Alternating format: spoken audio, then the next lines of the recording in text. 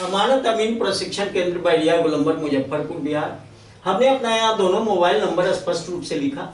मेरे दोनों YouTube channel 1 Shashi Bhushan Kumar, channel 2 Amin course and all competitive exams में एक बार पुनः हम आपका क्रांतिकारी हार्दिक अभिनंदन करते हैं। आज का क्लास आपके लिए काफी इंफॉर्मेटिव होने वाला है और वह क्लास होगा बिहार में चल रहे स्पेशल सर्वे से रिलेटेड। और खास करके इसके पहले वाले वीडियो में हमने यह स्पष्ट रूप से बताया कि वकास्त जमीन का सर्वे कैसे होगा और किसके नाम से होगा। 4 क्वेश्चन हमने रखा था और पहला क्वेश्चन था कि क्या ये वकास्त जमीन का सर्वे बिहार सरकार के नाम से होगा। इसका जवाब हम पहले वीडियो में पहले भाग में दे चुके हैं। आज इसी का दूसरा क्वेश्चन लेकर हम आपके सेवा में खड़े हैं। तो दूसरा क्वेश्चन क्या है, पहले हम लिख देते हैं वकास्त जमीन। वकास्त जमीन, क्योंकि बात इसी पर करेंगे और हम बारीकी से समझा भी दिया है इसको। क्वेश्चन है इसके अंतर्गत, क्या वकास्त जमीन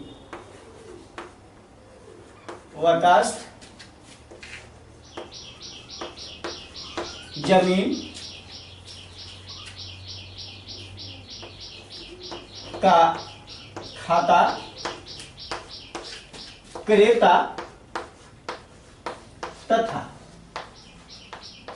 उसके उत्तराधिकारी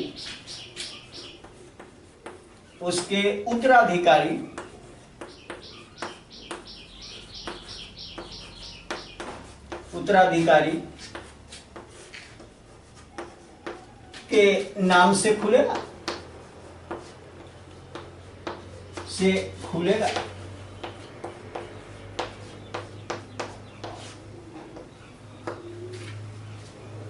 यहां क्या लगा हुआ है, यस नो क्वेश्चन है, तो हम इसके आंसर में हां लिखेंगे। बस इतना ही इसका आंसर है। लेकिन केवल हां लिख देने से खाता खुल जाए ये बात नहीं है, शर्त भी है। जब तक ये गवर्नमेंट का शर्त है, ये मेरा शर्त नहीं है, ये सरकार ने जो गाइडलाइन जारी की कि क्रेता या उसके उत्तराधिकारी के नाम से तब खुलेगा जब हम कुछ शर्त दे रहे हैं और बता रहे हैं कि ये शर्त को आप फुलफिल कर रहे हो या नहीं। शर्त क्या है, और मार्केट से भी क्वेश्चन है इस पर। ढेर सारे लोग वकास्त जमीन को खरीद चुके हैं और उन्हें आज भय सता रहा है कि जमीन का क्या होगा स्पेशल सर्वे में। लेकिन घबराने की बात नहीं है। अगर हर चीज आपका दुरुस्त है तो कहीं कोई कष्ट नहीं है। अगर कहीं फॉल्ट है तो कष्ट तो होगा ही, कमजोरी है तो कष्ट होगा। अब मैं बात करूं ये शर्त क्या है, शर्त कहां पर लिखा गया, गाइडलाइन कहां जारी किया गया। तो गाइडलाइन जारी करने के लिए इसमें पत्रांक, इसके पहले वीडियो में भी हमने दिया था, पत्रांक 9 से 25 दिनांक 11/11/2014। इसमें ढेर सारे निर्देश जारी किए गए। एक लेटर इशू किया गया, उस लेटर में ढेर सारे जमीन की विवरणी प्रस्तुत की गई कि भाई खाता किसके नाम से खुलेगा, जिसमें वकास्त का डिटेल्स विवरण भी प्रस्तुत किया गया। अब यहां पर क्रेता लिखा हुआ है, क्रेता यानी वकास्त जमीन को जिसने खरीद लिया है। अब जांच पड़ताल करके आपने खरीदा या नहीं खरीदा ये बात तो आप जानो, लेकिन ढेर सारे लोग आज सशंकित हैं। उन लोगों का कहना यह है कि हम तो वकास्त जमीन खरीद लिए और दाखिल खारिज नहीं हो रहा है, सर्वे में क्या होगा। लोगों को भय लग रहा है कि पैसा भी दे दिया, जमाबंदी हमारे नाम से नहीं आया, दाखिल खारिज नहीं हुई, रसीद नहीं कटा, अब इस सर्वे में क्या होगा, पैसा भी जाएगा, जमीन भी जाएगा, क्या होगा पता नहीं। आज ये सवाल, ये प्रश्न किसी एक का नहीं है। ढेर सारे लोगों का सवाल है जिसका जवाब लेकर हम आपकी सेवा में तत्पर हैं और खड़े हैं कि ऐसे लोगों का क्या होगा। तो चलिए भाई मैं बताता हूं यहां पर। पहले बता दूं, अब इसमें भी क्रेता के नाम से इसमें भी 3-4 शर्त है। अब इस शर्त में पहला शर्त हम लेते हैं, शर्त नंबर 1। पहला शर्त नंबर 1 कहता है कि क्रेता के नाम से, क्रेता के पास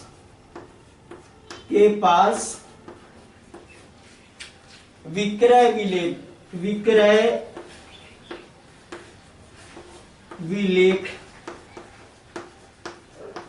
है। विक्रय विलेख का मतलब सेल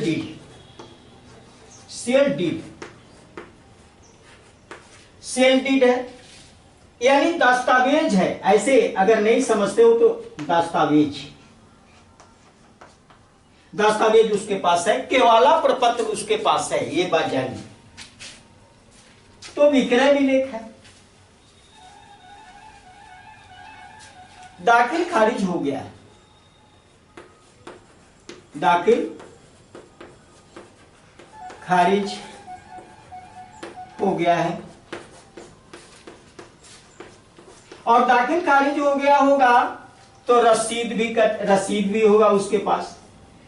क्रेता के पास रसीद भी है,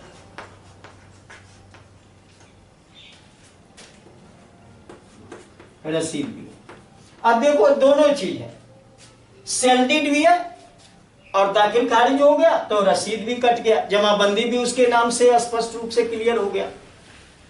अब ये दोनों पावर मिल गया इसमें। दखल कब्जा भी इसी के पास है, दखल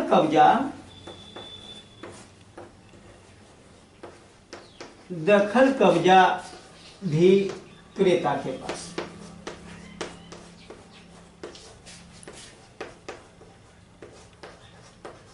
अब ये तीनों पॉइंट को ये फुलफिल कर रहा है क्रेता, यानी 3 बिंदु को ये फिर इस शर्त के अनुसार 3 बिंदु इस शर्त में दिया है, तीनों बिंदु दुरुस्त हो, यानी दस्तावेज भी हो, विक्रय विलेख उसी को कहते हैं, या अंग्रेजी में सेल डीड कहो, या अगला जानते हो तो केवाला प्रपत्र कहो, तो उसके पास है। लगान रसीद भी कट गया, लगान रसीद भी है। दखल कब्जा भी क्रेता का है। तो इसमें नो डाउट, इसमें इस क्रेता के नाम से खाता खुलेगा, और क्रेता आज के डेट में अगर मर गया है, नहीं है, तो उसके उत्तराधिकारी के नाम से खाता खुलेगा, कारण कि ये तीनों शर्त को फुलफिल कर रहा है। डॉक्यूमेंट के मामले में फुलफिल है। जमीन कैसा है? वकास्त, और आपका तीनों जो है दुरुस्त है। दखल कब्जा भी है,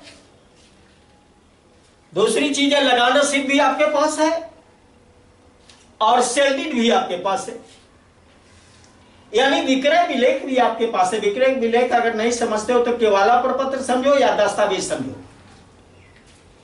ये आपके पास है। तीनों शर्त को फुलफिल कर रहे हो तो आपके नाम से खाता खुलेगा, इसमें नो डाउट।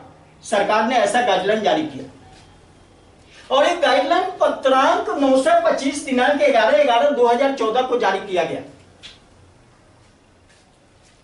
तो यहां स्पष्ट रूप से लिखा है, इसलिए या तो आप क्रेता खुद हैं तो क्रेता के नाम से खुलेगा, अगर क्रेता मर गया है तो किसके नाम से खुलेगा? उसके उत्तराधिकारी के नाम से खुलेगा। क्रेता अगर मर गया तो उसके उत्तराधिकारी के नाम से खुलेगा।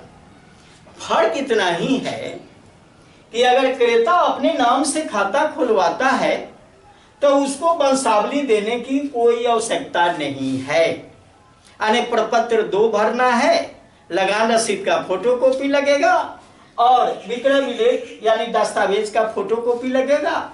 इसको सब एक आधार कार्ड लगेगा, इसको सबमिट करके दे देना है, बस इतना ही है, या ऑनलाइन पोर्टल पर लोड कर देना है। लेकिन अगर उसके उत्तराधिकारी के नाम से खाता खुलना है, आज क्रेता नहीं है, क्रेता के उत्तराधिकारी के नाम से खाता खुलना है, तो प्रपत्र 3(1) जो वंशावली वाला है वो भी भरना अनिवार्य होगा। प्रपत्र 2 तो सबको भरना, प्रपत्र 2 के साथ प्रपत्र 3(1) भी भरना जरूरी होगा। और फिर ये सेल डीड का फोटोकॉपी, लगान रसीद का फोटोकॉपी और आधार कार्ड का फोटोकॉपी, ये सब लगाकर आपको देना है। फिर उत्तराधिकारी के नाम से आराम से खाता खुलेगा, कहीं कोई दिक्कत नहीं, इसमें स्पष्ट रूप से वर्णित किया हुआ है। ये पहला है, पहला शर्त हमने बताया। अब दूसरा शर्त क्या है? ये शर्त नंबर 1 की चर्चा हमने करी यहां। अब शर्त नंबर 2, इसको मैं मिटा देता हूं। अगर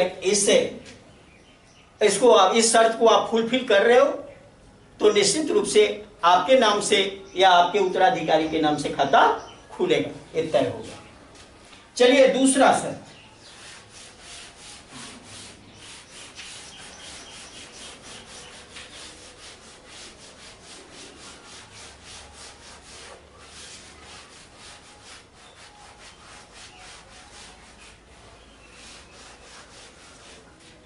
दूसरा शर्त है, जमीन तो वकास्त है ही। जमीन वकास्त कहां पर दर्ज है? CS खतियान में वकास्त दर्ज है, CS में वकास्त दर्ज है। और जमीन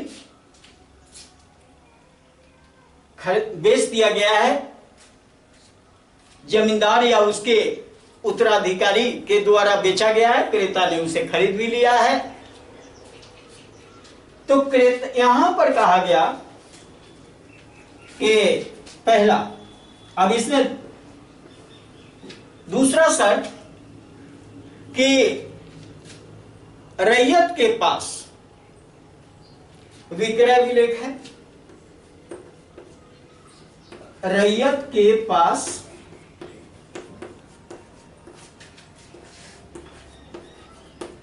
विक्रय विलेख है, यानी विक्रय विलेख है। विक्रय विलेख को हमने आपको बार बार लिखते हैं सेल डीड, सेल डीड है, या दस्तावेज आप जानते हो तो दस्तावेज समझो। दखल कब्जा भी है, रैयत के पास विक्रय विलेख है, दखल कब्जा भी है, दखल कब्जा भी है।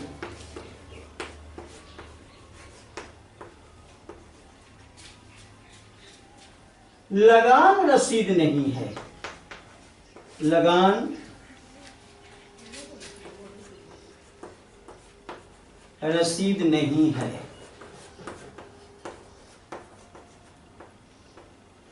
अब लगान रसीद अगर नहीं है तो क्या करना होगा? क्या इसका जमीन हवा हो जाएगा? नहीं, पहले आपको लगान रसीद, पहले तो लगान का निर्धारण करवाना होगा, पहला काम है। ऐसे लोग सबसे पहले विशेष सर्वेक्षण कराने के पहले लगान का निर्धारण करवा लें। लगान का निर्धारण कहां से होगा? तो आप जानते हो लगान का निर्धारण जो है सो DCLR ही करेंगे, उन्हीं को पावर मिला हुआ है। लगान निर्धारण पहला काम इनका जब इतना है। और सबसे एक और मैं बात बता दूं, जो सेल्डिट की मैं चर्चा कर रहा हूं यहां बार बार, वह सेल्डिट वास्तविक विक्रेता उस जमीन का जो था उससे अगर क्रय किया गया है, जैसे जमींदार या उसके लीगल उत्तराधिकारी से अगर वो क्रय किया गया है, तभी वह वैलिड होगा।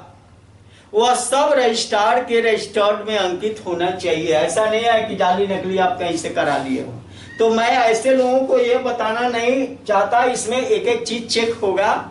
अगर नकली आप कराए हुए हैं तो नकली की जगह ही चला जाता है। अगर उसका लीगल उत्तराधिकारी नहीं है, उसके लीगल उत्तराधिकारी, जमींदार के लीगल उत्तराधिकारी से आपने नहीं कराया है, तो उस कंडीशन में भी आप फंस जाएंगे, कोई उपाय नहीं चलेगा। लेकिन अगर लीगल आपका विक्रय विलेख है, लगान नहीं कट रहा है, लगान का निर्धारण नहीं है, तो आपको मौका दिया जाता है कि लगान निर्धारण करवा लें। और लगान निर्धारण का पावर पहला का काम है लगान निर्धारण। लगान निर्धारण ये कहां से होगा? तो डीसीएलआर। ये डीसीएलआर क्या होता है? डिप्टी कलेक्टर लैंड रिफॉर्म, भूमि सुधार उप समहर्ता। इसको हिंदी में क्या कहते हैं? भूमि सुधार उप समहर्ता।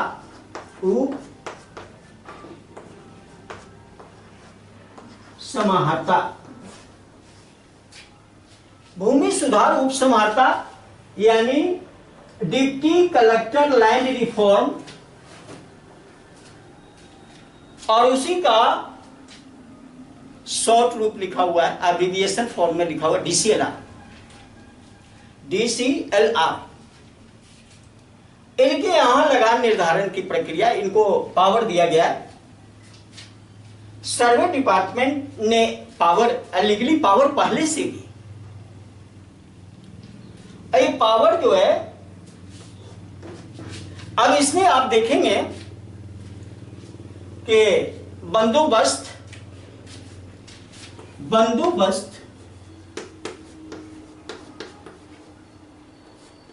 एवं भू अभिलेख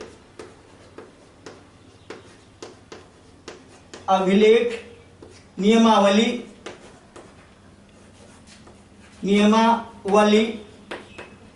भू अभिलेख नियमावली 1951 के 7G के नियम के तहत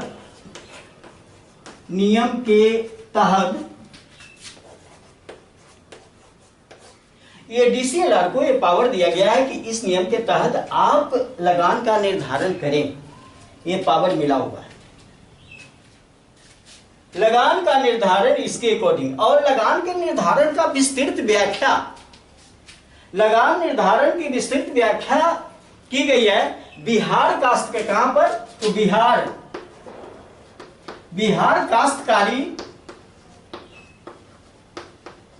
काश्तकारी अधिनियम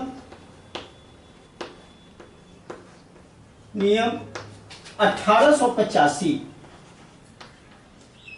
के नियम 53(2) के तहत ये 2 पॉइंट आपके लिए काफी इंपॉर्टेंट है। ये डीसीएलआर के लिए इंपॉर्टेंट है। इसी के तहत, इसी रूल के तहत डीसीएलआर आपके, अगर ये विक्रय विलेख सही है, विक्रय विलेख सही का मतलब कि आपका दस्तावेज सही है।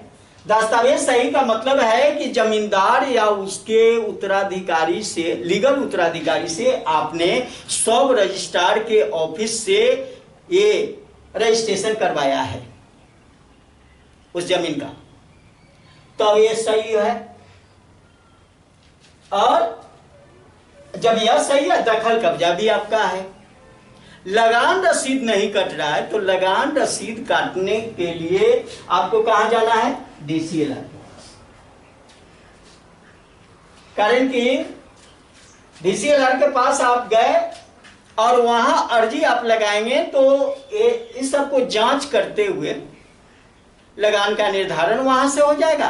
और जैसे लगान का निर्धारण आपका हो गया तो आपके नाम से स्पेशल सर्वे हो जाएगा, आपके नाम से खाता खुलेगा, आपके नाम से या आपके उत्तराधिकारी के नाम से, यानी क्रेता के नाम से या क्रेता के उत्तराधिकारी के नाम से खाता खुलेगा। लेकिन पहला काम इसमें क्या करना है, लगान निर्धारण करवाना है। अगर ये नहीं आप कराते हैं तो खाता आपके नाम से नहीं खुलेगा, ये कराना जरूरी है। आप जमीन रखेंगे, लगान आप नहीं देंगे, ये चलने वाला है? बिल्कुल नहीं चलेगा। तो लगान सबसे पहला काम इसमें लगान निर्धारण, कारण कि इसमें है कि विक्रय विलेख भी है और लगान रसीद आपके पास है, ये वो कमी रह गई। तीनों शर्त फुलफिल होना चाहिए, यानी दस्तावेज भी होना चाहिए, लगान रसीद भी होना चाहिए, दखल कब्जा भी होना चाहिए। अगर ये तीनों शर्त फुलफिल करते हैं तो आपके नाम से खाता खुलेगा, अन्यथा नहीं खुलेगा। ये बात आपको दिमाग में रखना है। इसमें और शर्त है, इसमें ढेर सारे शर्त दिए गए हैं। हमने कहा कि अगर अब चलिए एक और शर्त की मैं चर्चा कर दूं जब ये एक क्वेश्चन को पूरा करूंगा, कारण कि क्वेश्चन तो लंबा है ही। ये दूसरा शर्त। अब तीसरा शर्त की मैं चर्चा करता हूं। तीसरा शर्त इसमें कहता क्या है, कारण कि शर्त तो इसी में दर्ज है। तीसरे शर्त की मैं चर्चा करता हूं। जमीन वकास दर्ज है और तीसरा शर्त क्या है,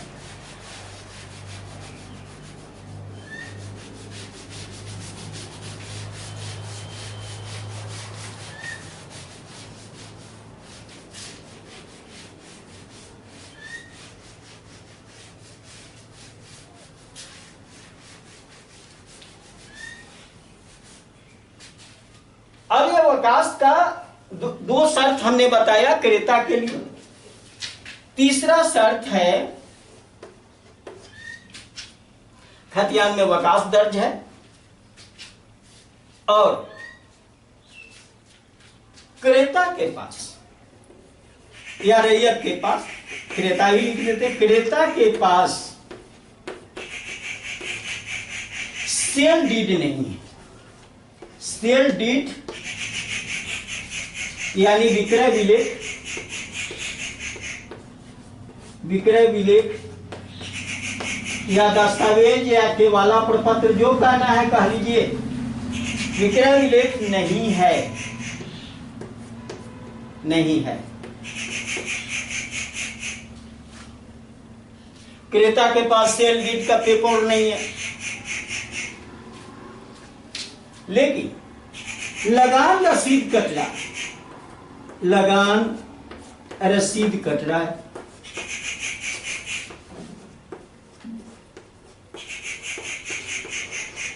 दखल कब्जा है,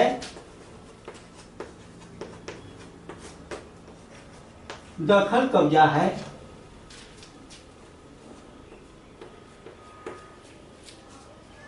अब यहां भी दो शर्त पूरा हो रहा है, एक दखल कब्जा का, दूसरा लगान रसीद कट रहा। लेकिन एक चीज की कमी हो गई कि सेल डीड नहीं है। तीनों फुलफिल अगर होता है तो कहीं सोचना ही नहीं है, तब तो कहीं झंझट ही नहीं। अब इसमें क्या होगा कि लगान रसीद सिर्फ आपके पास है, ये मेन पेपर है ही नहीं। हो सकता है कि मेन पेपर कहीं खो गया हो, गिर गया हो, जल गया हो, जो भी हो, लेकिन एक रसीद पर आप दावा कर रहे हैं कि ये रसीद मेरे पास है इस जमीन का और रसीद कट रहा है, दखल कब्जा भी मेरे पास है।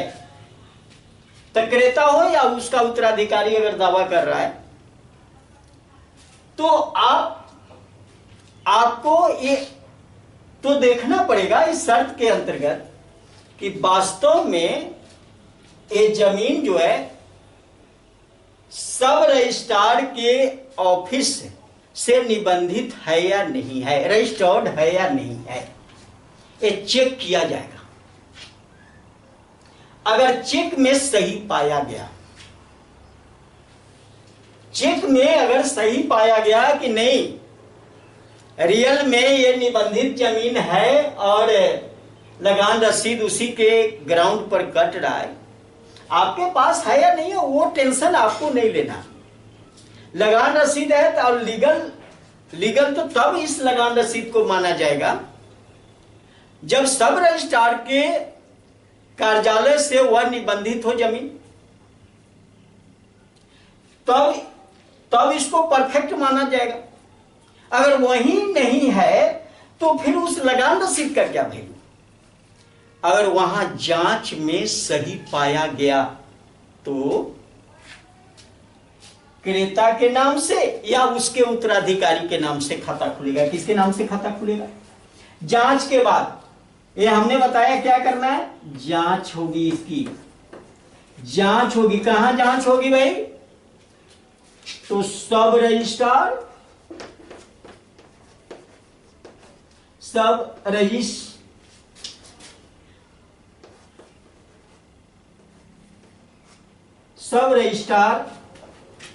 के कार्यालय से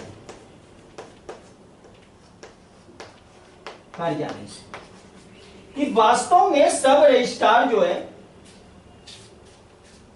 सब रजिस्ट्रार के कार्यालय में ये निबंधित है या नहीं है, यहीं पर जांच की जाएगी। जांच में सही पाया गया, जांच में क्या हुआ? सही पाया गया। सही पाएगा तो खाता किसके नाम से खुलेगा? खाता क्रेता या उसके उत्तराधिकारी। अगर क्रेता नहीं है, मर चुके हैं, तो उसके उत्तराधिकारी के नाम से खाता खुलेगा। यानी शर्त में ये बात बताई गई। तीसरा शर्त इसके लिए हमने बताया। एक और मैं बात बता दूं, चौथा भी शर्त है इसका। तीसरा शर्त में अब आपने अपने इस शर्त के अकॉर्डिंग अपने अपने पेपर को आप मिला लें, पेपर आप चेक कर लें कि वास्तव में हम किस शर्त को फुलफिल कर रहे हैं। नहीं, अगर ये शर्त फुलफिल नहीं कर रहे हैं तो फिर जमीन डिस्टर्ब होगा आपका। तो चलिए चौथा मैं एक बात बता दूं। अब यहां पर चौथा शर्त क्या है? सारे शर्त हम इससे ये पत्रांक 9 से 25 दिनांक 11/11/2014 के तहत ही बात कर रहे हैं। सरकार का जो गाइडलाइन इसके तहत ही बात कर रहे हैं।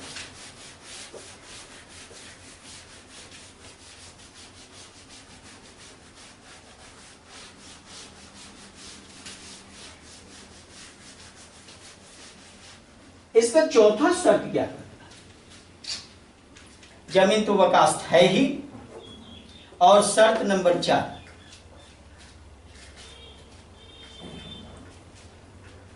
अने जमीन वकास्त और उस वकास्त जमीन का रसीद कट रहा है। रसीद कट रहा है। इस लास्ट वाला शर्त मैंने इसलिए रखा ताकि इस शर्त से बहुत लोग जूझ रहे हैं और परेशानी झेलनी पड़ रही है। लास्ट वाला मेरा शर्त है कि वो लगान रसीद कट रहा था। किसका कट रहा था भाई? जिसके पास वकास्त जमीन था, यानी जमींदार या उसके उत्तराधिकारी के नाम से लगान रसीद कट रहा था। बात क्लियर हो गया? क्रेता ने उससे जमीन खरीद लिया। कोई क्रेता कोई भी रैयत उससे जमीन ले लिया। हर चीज देखा कि अपडेट है, लगातार रसीद कट रहा है, कहीं कोई डाउट नहीं है।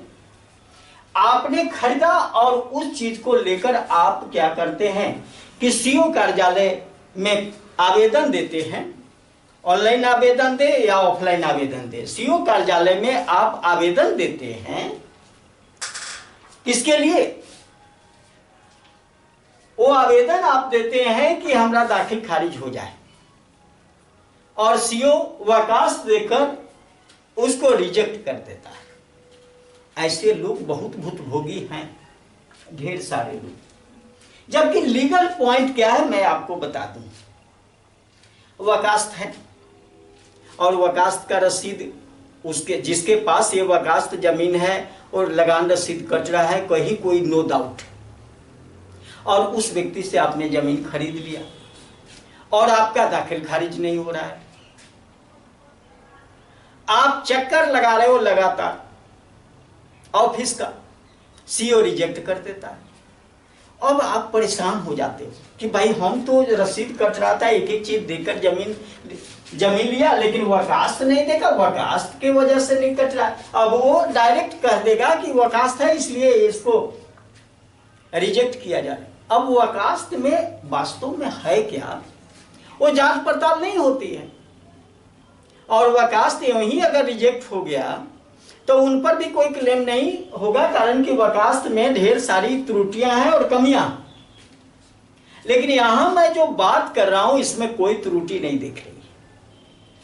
वकालत में क्या है कि जमींदार और उसके उत्तराधिकारी के नाम, जमींदार हो या उसका उत्तराधिकारी हो, उसके नाम से या उसे कोई परचेज कर लिया है, खरीद लिया है, तो उस केवलदार के नाम से उसका केवलदार का दाखिल खारिज भी हो गया, एक एक चीज हो गया है। लेकिन और आप उस केवलदार से लिया या डायरेक्ट जमींदार के उत्तराधिकारी से खरीदा, तो आपका दाखिल खारिज रोक दिया गया है। तो बंधु चिंता करने की बात नहीं है। अगर इस तरह का शर्त है तो चिंता नहीं करिए, कारण कि उस पर तो लगान निर्धारण हो गया है। लगान निर्धारण आपको पुनः नहीं कराना। अब उसमें क्या कहेगा कि भाई लगान निर्धारण का एक पेपर होता है, तो पेपर दीजिए। आपके पास कोई पेपर नहीं है, तो वहां सीओ कार्यालय रोक देगा, और रोकेगा तो चिंता नहीं करना है। आप इस सर्वे में क्या करिए कि प्रपत्र, अगर खुद क्रेता आप हैं तो प्रपत्र 2 भरकर आप जमा करें। वो दस्तावेज की फोटोकॉपी लगा लें, आधार कार्ड लगा लें, जो भी प्रक्रिया फुलफिल कर दें। जांच की जाएगी, जांच में आप खरे उतरेंगे। पहले से लगान रसीद कट रहा है, जिससे आपने खरीदा है उसके नाम से कट रहा था, आपका बाधित है, तो ये बाधित चलेगा नहीं, इसमें आप निकल जाएंगे, आपके नाम से सर्वे हो जाएगा। ये चौथा पॉइंट मेरा कहता है, चिंता नहीं करना। यहां भी होता है कि ढेर सारे दलाल बिचौलिए खड़े हो जाते हैं, और वो बिचौलिए आपसे रुपया का डिमांड करते हैं। इन बिचौलियों से जरूर बचना चाहिए, इनसे बचने की आवश्यकता है। बिहार है, क्या कहा जाए, हम पर्सनल किसी व्यक्ति का तो नाम नहीं ले रहे हैं, लेकिन एक भी ऑफिस हमको देखने को नहीं मिला कि बिना पैसा के कुछ होता। पैसा तो लगता ही है। लेकिन मान लिया कि एक सीमा दायरा के अंतर्गत है। अब मान लिया कि भाई नाजायज लोग ये करना चाहता है, लेकिन हमारे मंत्री जो हैं दिलीप जायसवाल जी काफी इस पर कड़ी नजर रखे हुए हैं कि कोई बिचौलिया, कोई पदाधिकारी रिश्वत और घूस ना ले और काम स्वच्छ और साफ सुथरा करे। उनका मिशन भी इसी तरह का है। तो मैं ढेर सारे शर्त की चर्चा करी, और इस क्वेश्चन का जवाब अब शायद आपको ये समझ में आ गया होगा कि क्या वकालत जमीन का खाता क्रेता या उसके उत्तराधिकारी के नाम से खुलेगा। तो मैं जो शर्त फुलफिल किया, उस शर्त पर आप खरे उतरते हो तो उसका जवाब है हाँ, और नहीं उतरते हो तो इसका जवाब होगा नहीं। तो चलिए, अगर ये समझ में आ गई, ये वीडियो आपको अच्छा लगा, आपके लिए उपयोगी है, लाभप्रद है, ज्ञानवर्धक है, आपके ज्ञान में 4 चांद लगाता हो और विशेष सर्वे में आपका हेल्प कर रहा हूं, तो इस वीडियो को लाइक करें, अपने मित्रों के साथ शेयर करें। हम फिर नेक्स्ट वीडियो, जो इसी का तीसरा पार्ट है, तो ये कौन सा भाग है, तो भाग 2 है। भाग 2, पहला भाग इसका हम दे चुके हैं, बिहार सरकार के नाम से खाता कैसे खुलेगा उसका हम दे चुके हैं। अब क्रेता और उसके ये दूसरा वीडियो जो है वह यहाँ क्रेता तथा उसके उत्तराधिकारी के नाम से खाता कैसे खुलेगा, ये बात बता रहे थे शर्त के अकॉर्डिंग। तीसरा हम इसी का भाग लेकर वर्कास्ट का तीसरा भाग लेकर आएंगे। वीडियो लंबा है इसलिए तीसरा पार्ट इसमें ऐड करना नहीं चाहते। तीसरा इसका शर्त होगा कि जमींदार या उसके उत्तराधिकारी के नाम से खाता कैसे खुलेगा। और एक और शर्त है, एक और क्वेश्चन है इसके अंतर्गत। अब ये तो क्रेता और उसके उत्तराधिकारी, अब तीसरा क्वेश्चन मेरा होगा कि जमींदार और उसके उत्तराधिकारी के नाम से खाता कैसे खुलेगा, उसके लिए भी शर्त दिया हुआ। और चौथा जो आपका है, चौथा भाग जो इसका आएगा, उसमें हम स्पष्ट करेंगे कि जागीर खिदमती, जागीर गुराइती, माफीदार, सेवादार,